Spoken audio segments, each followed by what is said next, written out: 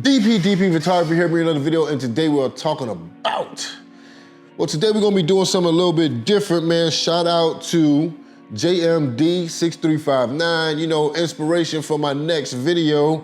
These kind of comments are everything, you know, because I'm a small YouTuber. My channel's real small, not monetized. I don't even have 1,000 subscribers. I do, you know, I have grown a little bit lately, but you know, it's still a small channel. So this is everything, you know, this is my payment. You guys leaving comments like this. Now, I'm gonna go through this and I'm gonna address everything that you said in here. I am 60, I just got my GT and I'm really struggling with it, laugh out loud. First try and I fell a few times just crawling because I'm having trouble with stopping and dismounting and heel to toe balance.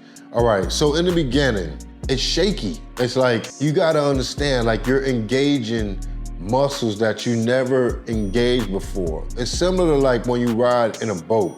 Like if you go on a boat and you go through waves for a whole day, you know, you go through chop. The next day your whole body's sore, and sometimes people don't even understand why. And it's because you've been so tense, you've tensed every muscle, your stomach is sore because you have been using your stomach muscles, you've been using your core.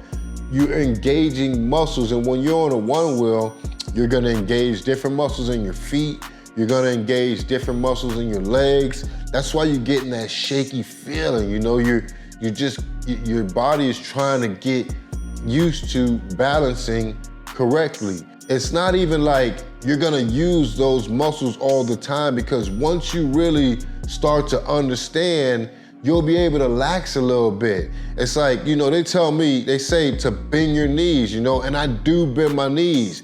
But when I'm going for my longer rides, my front knee is slightly bent and my back knee is even less slightly bent because I need to relax. It's like, you gotta think about, would you wanna just be in this position for 30 miles, however long it's gonna be? You know, your legs are gonna start to get shaky, so you're gonna have to learn how to relax and be comfortable. And that's where carving comes in. And that's where experience comes in. That's why it's gonna take you time, you know? And I give it less than a week. You know, a week of dedication. You know, once you really learn how to go up and down the block, that's it, man. You're wearing the gear, which is super smart. That way, if you do fall, you take minimal damage. And when it comes to dismounting, in the beginning, you know, I didn't do the toe heel raise, you know, because it's not as easy as it seems. I actually would jump off, you know, it was much easier, much more reliable. And as I got better with carving and riding and whatnot, I was able to start implementing that toe heel raise. So just give it some time, you know. You're not doing bad, you know, I get it. And at the end of the day, you know, everybody's different. But it's like, if you want it, you're gonna get it, you know? And I believe that you can get it. That being said, let me see what else we got going on here. Nothing as serious as your shoulder injury, but I don't know, you know, because that shoulder, you know, it hurt like hell when it happened, but now I don't even feel it, man. You know, it's pretty much, it's a wrap for that. So you probably took more pain than I did when it comes to the shoulder, but who's to say? Not sure why I'm so nervous on it. Yeah, that's part of it. We just went through that. I just know it's gonna take me a long time to get it. Like I say, I don't believe it's gonna take you a long time. No, I don't think so. And you wear the gear all the time. No, you're doing everything perfect, man. It's like, if you're safe on the one wheel, like if you try to be safe, if you're not one of those people out there doing tricks and, you know, curb nudging and, you know, not saying that you shouldn't be trying to learn how to do those things, but the older you get, I don't think it's a wise thing to do, you know? I do try to learn some of those tricks, but at a bare minimum and very, very careful, you know? Always ready to bail because, you know, I'm 43 years old, which is not old, but I do run my own business. I work for myself. I have to pay my whole mortgage, you know? Like, I can't afford to not be able to work. So, you know, even when I threw my shoulder out, I had to go to work, you know, the next day. I couldn't not go to work. And you know, for all y'all wondering what I do, I shoot video and photos here in Key West, Florida, where I've been living for the last 30 some odd years of my life. You know, I was born in New York City, but I was raised in Key West, Florida. But if you're being safe on the Onewheel, if you're wearing all the gear, if you're taking your time, if you're not doing tricks and stuff, man, you're gonna be fine and you're gonna fall in love with it. The thing about it is, like, once you really do start getting good, it's when you start to get a little bit overconfident, and this could cause falls as well.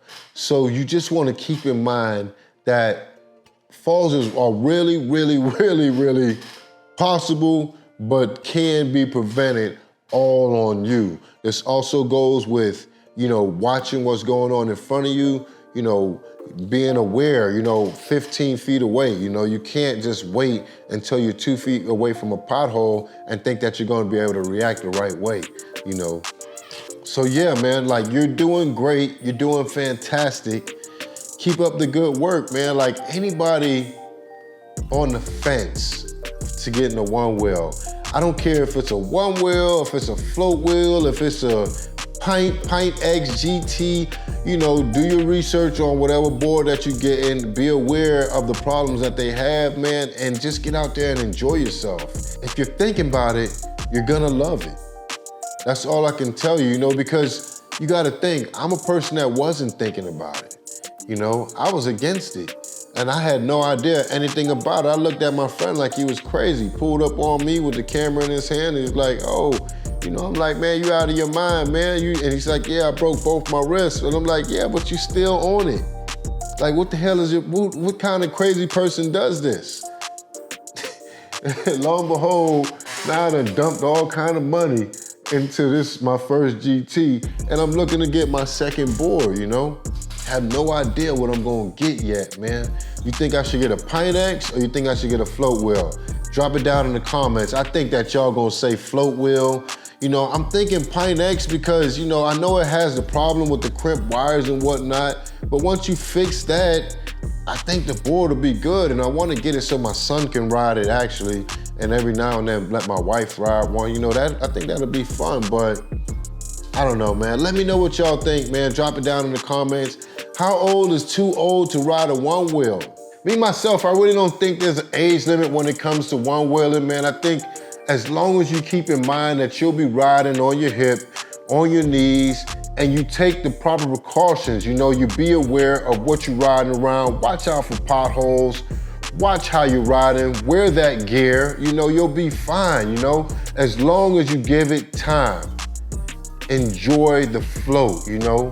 You'll know when you hit that float state, and when you do, I guarantee you that you fall in love. With that being said, I'm DP as always, man. I wanna thank you guys for watching. If you haven't already, like, subscribe, do all that good stuff for your boy. I'm out.